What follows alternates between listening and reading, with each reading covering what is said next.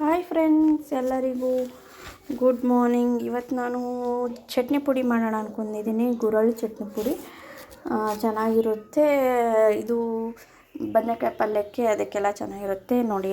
ಅದರಲ್ಲಿ ಕಸ ಕಡ್ಡಿ ಎಲ್ಲ ಇರುತ್ತಲ್ಲ, ಅದೆಲ್ಲ ಆರಿಸ್ಕೋಬೇಕು. ಇಲ್ಲ ಕರ್ಕ್ ಅಂತ ಅಂದ್ಬಿಡುತ್ತೆ, ಕಡ್ಡಿಗಳು ಕಸ ಮಣ್ಣೆಲ್ಲ ಇರುತ್ತೆ. ಇದನ್ನು ಇನ್ನೂ ನನ್ನ ಚಾನಲ್ಗೆ ಸಬ್ಸ್ಕ್ರೈಬ್ ಮಾಡ್ಕೊಳ್ಳಿಲ್ಲ ಅಂದರೆ ಸಬ್ಸ್ಕ್ರೈಬ್ ಮಾಡ್ಕೊಳ್ಳಿ, ಬೆಲ್ಲೈಕನ್ ಪ್ರೆಸ್ ಮಾಡಿ.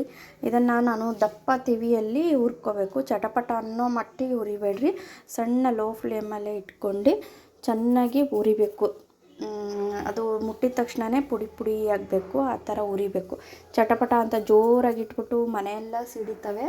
ಅದಕ್ಕೆ ನಾನು ಸಣ್ಣಕ್ಕೆ ಇಟ್ಕೊಂಡಿದ್ದೀನಿ. ಇಲ್ಲಿ ನೋಡಿ, ಬೆಳ್ಳುಳ್ಳಿ, ಜೀರಿಗೆ ಮತ್ತು ಖಾರದ ಪುಡಿ, ಹಾಗೆ ಒಂದು ಸ್ವಲ್ಪ ಹುಣಸೆಹಣ್ಣು ಹಾಕ್ಕೋಬೇಕು. ಇದಕ್ಕೆ ಹುಣಸೆಹಣ್ಣು ತೋರಿಸ್ಲಿಲ್ಲ ನಾನು. ಹುಣಸೆಹಣ್ಣು ಹಾಕ್ಕೊಳ್ಳಿ. ನೋಡಿ ಎಷ್ಟು ಚೆನ್ನಾಗಿ ಗರಿ ಗರಿಯಾಗಿ, ಸ್ವಲ್ಪ ಬಿಸಿ ಇರುವಾಗಲೇ ಹಾಕಬಾರ್ದು, ಸ್ವಲ್ಪ ಆರಕ್ಕೆ ಬಿಟ್ಟು ನೋಡಿ ಹಿಂಗೆ ಮುಟ್ಟಿದ್ರೆ ಸಾಕು. ಮೇಲಿಂದ ಸ್ಕಿನ್ನೆಲ್ಲ ಓಪನ್ ಆಗಬೇಕು, ಆ ಥರ ಇದನ್ನು ಚೆನ್ನಾಗಿ ಹುರ್ಕೋಬೇಕು. ಈಗ ಮಿಕ್ಸಿ ಜಾರಿಗೆ ಹಾಕ್ಕೊತಾ ಇದ್ದೀನಿ ನಾನು. ಮಿಕ್ಸಿ ಜಾರಿಗೇ ಎಲ್ಲ ಹಾಕ್ಕೊಂಡು ಅದಕ್ಕೆ ಖಾರದ ಪುಡಿ, ಉಪ್ಪು, ಜೀರಿಗೆ ಮತ್ತು ಬೆಳ್ಳುಳ್ಳಿ, ಹುಣಸೆಹಣ್ಣು ಎಲ್ಲ ಹಾಕ್ಬಿಟ್ಟು ರುಬ್ಬಬೇಕು.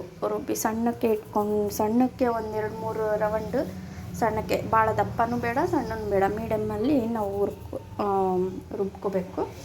ಇದನ್ನು ರೊಟ್ಟಿಗೆ, ಆಮೇಲೆ ಬದನೆಕಾಯಿ ಪಲ್ಯಕ್ಕೆ, ಹೀರೆಕಾಯಿ ಪಲ್ಯಕ್ಕೆಲ್ಲ ಈ ಮಾಡಿ ಇಟ್ಕೊಂಡ್ಬಿಟ್ರೆ ನಮಗೆ ಬೇಕಾದಾಗ ಪಲ್ಯಗಳಿಗೆ ಹಾಕ್ಕೊಂಡ್ರೆ ಚೆನ್ನಾಗಿರುತ್ತೆ. ನೋಡಿ ರುಬ್ಕೊಂಬಂದೆ, ಈ ಥರ ರುಬ್ಕೊಂಡು ಬಂದರೆ ಚೆನ್ನಾಗಿರುತ್ತೆ. ನನ್ನ ಚಾನಲ್ಗೆ ಸಬ್ಸ್ಕ್ರೈಬ್ ಮಾಡ್ಕೊಳ್ಳಿ, ಬೆಲ್ಲೈಕನ್ ಪ್ರೆಸ್ ಮಾಡಿ. ನಿಮಗೆ ಈ ವಿಡಿಯೋ ಇಷ್ಟ ಆದರೆ ಒಂದು ಲೈಕ್ ಕೊಟ್ಟು ಯಾರಿಗಾದರೂ ಶೇರ್ ಮಾಡಿ, ಹಾಗೆ ಒಂದು ಮೆಸೇಜ್ ಹಾಕಿ.